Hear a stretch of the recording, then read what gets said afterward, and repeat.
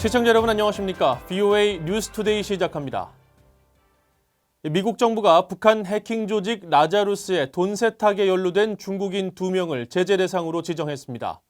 한편 북한과 석유를 거래해 제재 대상이 됐던 러시아 기업 2곳에 대해서는 제재를 해제했습니다. 첫 소식 지다겸 기자가 보도합니다. 재무부가 2일 특별 제재 대상으로 지정한 중국인은 텐이닝과 리자동 2명입니다. 북한 해킹그룹 라자루스가 탈취한 암호화폐 돈 세탁에 연루된 인물들입니다. 재무부 해외자산통제실은 텐이닝과 리자동이 북한의 불법 자금에 대한 돈 세탁에 어떻게 개입했는지 자세히 소개했습니다. 재무부에 따르면 라자루스는 2018년 4월 암호화폐 거래소를 해킹해 약 2억 5천만 달러 상당의 화폐를 탈취한 뒤 이 중 약 36%인 약 9,100만 달러를 이들에게 전달했습니다. 이들은 이 자금의 일부를 중국은행에 위안화로 예금하는가 하면 또 다른 거래소에서 비트코인 구매에 사용할 수 있는 아이튠즈 기프트 카드를 다량으로 사들이기도 했습니다. 모두 자금의 출처를 불분명하게 만들려는 과정입니다. 이들은 이후에도 라자루스가 다른 암호화폐 거래소를 탈취해서 얻은 950만 달러를 추가로 전달받았습니다. 라자루스는 북한 정찰총국의 지휘를 받고 있는 조직으로 이미 지난해 9월 재무부 제재 대상에 올랐습니다. 스티브 문우신 재무장관은 이날 성명에서 북한 정권이 자금을 빼돌리기 위해 금융기관들을 대상으로 광범위한 사이버 공격을 지속해왔다며 이어 미국은 북한의 이런 사이버 활동을 돕는 이들에게 책임을 물음으로써 세계 금융 시스템을 계속 보호할 것이라고 강조했습니다. 한편 재무부는 이날 러시아 석유회사 IPC와 계열사 등 2곳을 기존 제재 명단에서 삭제했다고 밝혔습니다. 이들은 과거 북한과 원유를 거래해 제재 대상이 됐는데 이후 모든 수출 활동을 중단하고 국제 법규를 준수하기 위한 프로그램을 시행했다고 재무부는 설명했습니다. 재무부는 미국의 제재가 영구적일 필요는 없다면서 북한의 제재 행위를 막기 위해 구체적이고 의미 있는 행동을 취할 경우 제재 해제가 가능하다고 밝혔습니다. VOA 뉴스 지다겸입니다.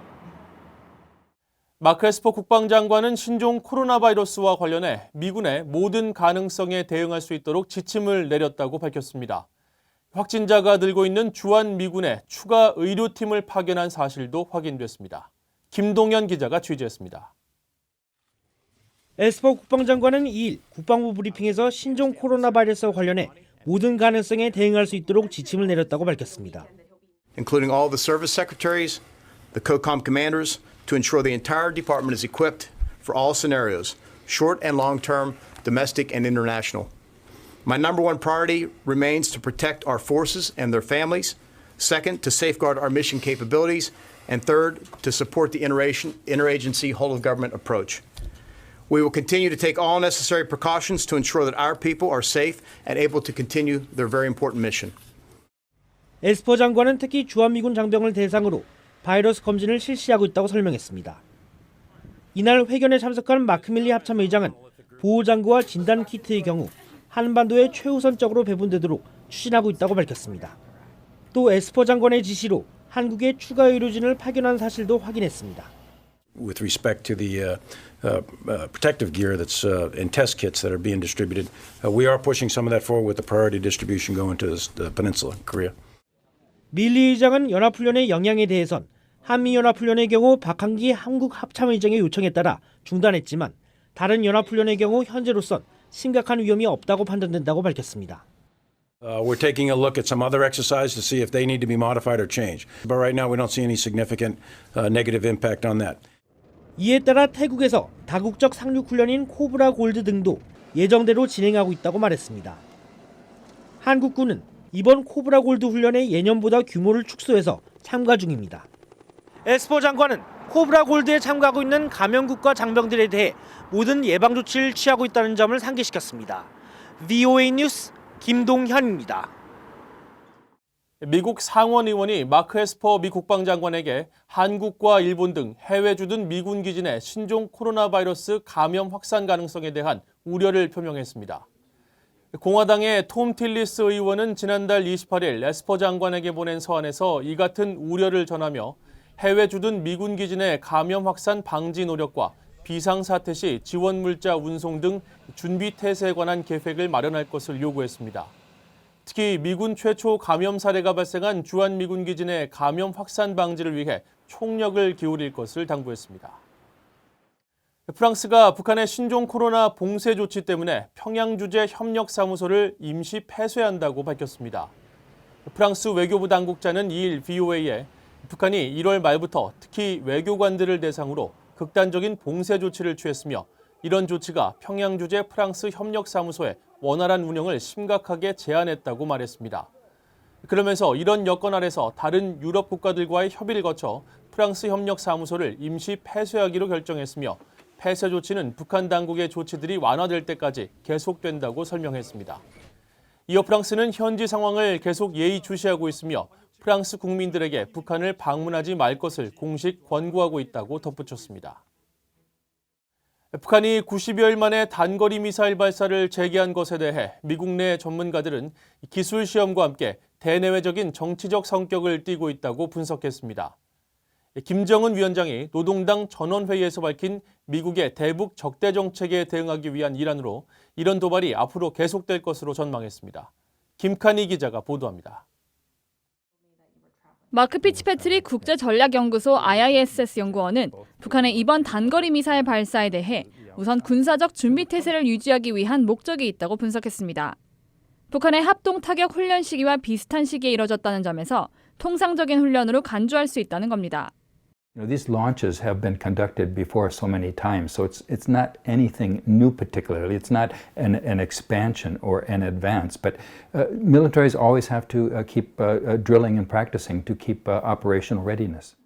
피츠패트릭 연구원은 또 북한이 코로나 바이러스 확산을 방지하기 위한 노력을 강조하고 있는 국면에서도 군사적 우선순위를 잊지 않았다는 점을 천명하기 위한 의도도 있을 것으로 해석했습니다.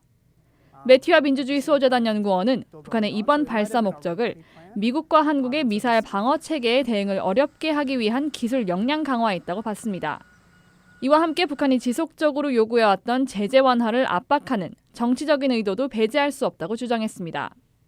They're sort of putting the ball in the United States and the South Korean court, saying that until you guys provide us a concession, whether it's lifting of sanctions or other sort of major political or economic concessions, we're not going to see the talks move forward in any way. 로버트 매닝 애틀랜틱 카운슬 선임연구원은 북한의 발사체 발사는 노동당 전원회의의 연장선에 있는 조치였다고 분석했습니다.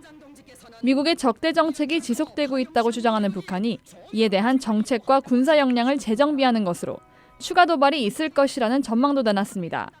I don't think this will be the last missile test we see. There'll probably be some IRBM tests, and that's sort of a new predicament we're in. I think we're going to see more of this, and I guess they. 한편 북한 조선중앙통신은 김정은 위원장이 2일 전선장거리 포병부대의 방사탄 발사 훈련을 직접 지도했다고 보도했습니다. VOA 뉴스 김칸입니다.